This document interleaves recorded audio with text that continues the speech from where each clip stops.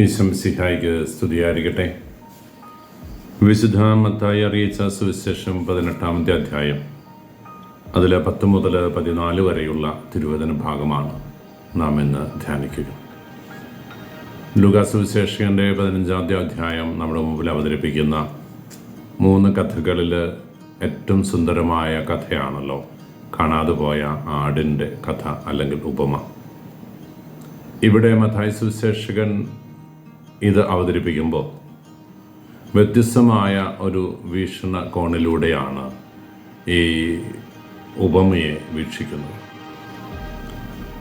അനുതപിക്കുന്ന പാപിക്ക് വേണ്ടി ദൈവം കാത്തിരിക്കുന്നു എന്നതാണ് ലൂക്കാ സുവിശേഷകൻ രേഖപ്പെടുത്തുന്നതെങ്കിൽ, ഈ ചെറിയവരിൽ ഒരുവൻ പോലും നശിച്ചു പോകാൻ സ്വർഗസ്നായ പിതാവ് ആഗ്രഹിക്കുന്നില്ല എന്നതാണ് മത്തായി സുവിശേഷകൻ്റെ വിവരണ ഉദ്ദേശം. മത്തായി സുവിശേഷം പറയുന്നത് 99 നല്ല ആടുകളുള്ളായിരിക്കെ നഷ്ടപ്പെട്ടു പോയത് ഇടയൻ്റെ മനസ്സിൻ്റെ നൊമ്പരമാവുക. തൻ്റെ നഷ്ടപ്പെട്ടു പോയ ആടിനെ വീണ്ടെടുക്കാനായിട്ട് 99നെയും മരുഭൂമിയിൽ വിട്ടിട്ട് ആ മനുഷ്യൻ കടന്നു പോകുന്നു. കാരണം നഷ്ടപ്പെട്ടു പോയത് അവന് ഏറെ വിലപ്പെട്ടതാണ്. ഈ വിലപ്പെട്ടതിനെ തിരികെ കൊണ്ടുവരാൻ വേണ്ടി നഷ്ടങ്ങൾ വീണ്ടും സഹിക്കാൻ തയ്യാറാവുകയാണ് ഈ ദൈവമെന്ന ഇടയനെന്ന കഥാപാത്രം.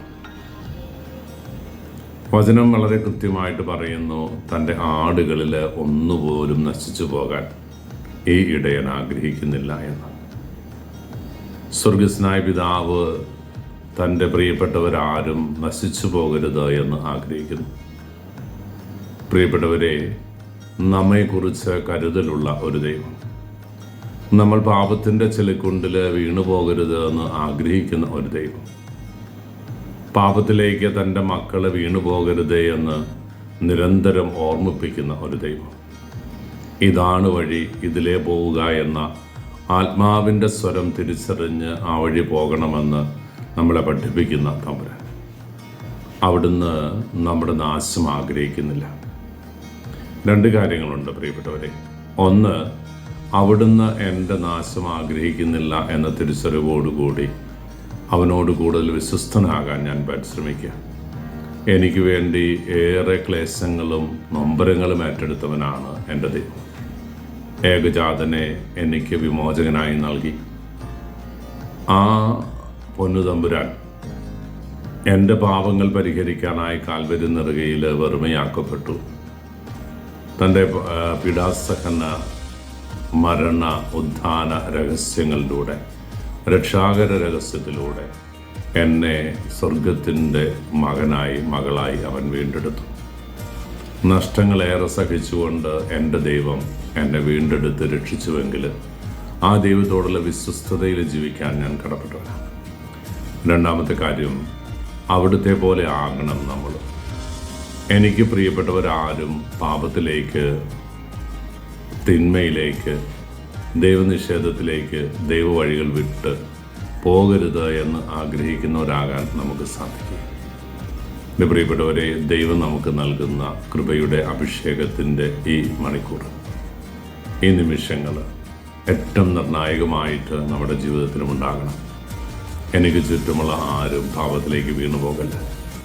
ഒരു വാക്ക് പറഞ്ഞ ഒരാളെ തിരുത്തി നന്മ വഴികളിലൂടെ നടത്താൻ എനിക്ക് സാധിക്കുമെങ്കിൽ അത് ചെയ്യുവാനുള്ള കടമ എനിക്കുണ്ട്.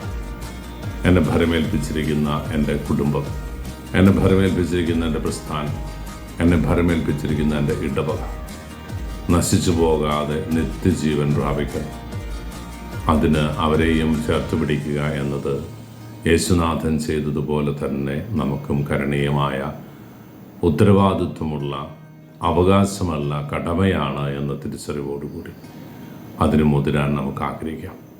പ്രിയപ്പെട്ടവരെ, നമുക്ക് ചുറ്റുമുള്ള ലോകത്തെ ദൈവത്തിന് വേണ്ടി വീണ്ടെടുക്കാൻ നമുക്ക് സാധിക്കണം.